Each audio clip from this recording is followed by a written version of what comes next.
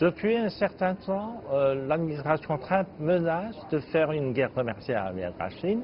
À plusieurs reprises, le gouvernement chinois a laissé entendre qu'il n'y aurait pas de gagnant dans une guerre commerciale. Tout le monde sera perdant.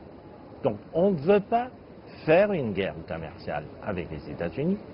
Si le gouvernement Trump voulait absolument faire cette guerre commerciale avec la Chine, c'est parce que son entourage est composé des personnalités radicales, des personnalités plus ou moins extrémistes. Mais ce sont des personnalités qui ont participé dans les années 1980 à la guerre commerciale que l'administration Reagan avait lancée contre le Japon. Et à l'époque, les Américains ont réussi à faire une pression énorme sur le Japon et ont fait plier le Japon devant cette pression énorme.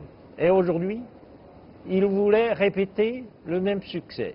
Ils voulaient faire la même chose avec la Chine. Mais ils ont très vite oublié que finalement, le temps a changé. La Chine n'est pas le Japon des années 80. Quoique la Chine est comme le Japon de l'époque, la deuxième économie du monde, juste après les États-Unis. À part cette position similaire, il n'y a aucune similitude entre le Japon des années 80 et la Chine d'aujourd'hui. D'abord, parce que la Chine aujourd'hui est un marché beaucoup plus grand que celui des États-Unis. L'année dernière, la vente au détail en Chine atteint plus de 5 000 milliards de dollars. Cela a dépassé la vente au détail aux États-Unis. Si on accepte de ce volume le secteur de services, la différence sera encore plus grande. Dans une guerre commerciale, vous ne pouvez pas inclure dans la guerre le service, parce que le service n'y compte pas. Les États-Unis auraient du mal à détruire un marché qui est plus puissant, plus grand.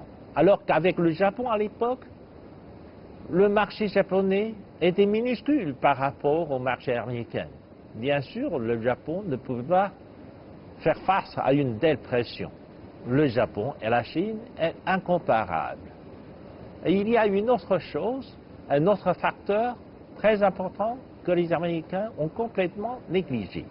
C'est que dans les années 80, il n'y a pas encore le phénomène intitulé la mondialisation. Et aujourd'hui, l'économie mondiale est complètement globalisée. Et dans une économie globalisée, les États-Unis ne pouvaient pas sortir triomphants d'une guerre commerciale parce que les intérêts sont impliqués dans l'ensemble. Les entreprises américaines dépendent beaucoup du marché chinois pour leur performance. Par exemple, tout récemment, le gouvernement Trump a décidé d'interdire la vente des produits électroniques à la Chine, ce qui pèse énormément sur un certain nombre d'entreprises chinoises, en particulier sur la société ZTE. ZTE est une entreprise chinoise pionnière dans le développement de la technologie de la 5e génération. Cet embargo de vente de produits électroniques à ZTE a des effets très importants. Mais en même temps, cela a mis la puce à l'oreille aux dirigeants chinois et au secteur électronique de l'industrie chinoise.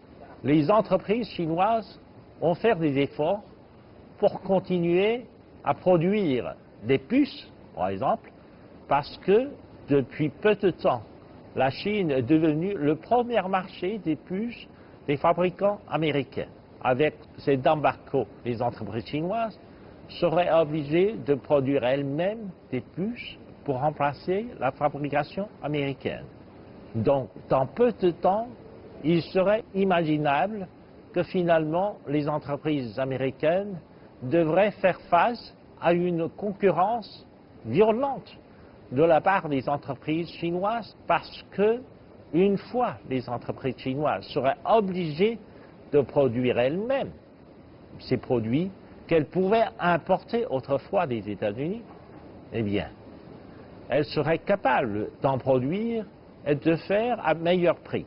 Cela aurait exercé une pression énorme sur les entreprises américaines. En plus, comme la demande chinoise de puces représente la moitié du marché mondial, l'embargo de vente aux entreprises chinoises fait perdre beaucoup de parts de marché aux entreprises américaines.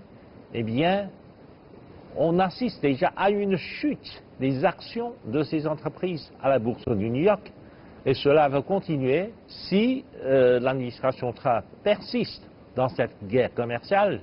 On pourrait penser facilement que la bourse de New York connaîtra un crash grâce à la chute énorme des entreprises qui sont exportées au marché chinois. L'administration Trump a peu de chances de gagner cette guerre commerciale contre la Chine, mais seulement les fonctionnaires ou les décideurs qui entourent le président Trump ne sont pas encore conscients de ce danger et probablement ils pourraient devenir un peu plus clairvoyants seulement après un échec total contre cette guerre.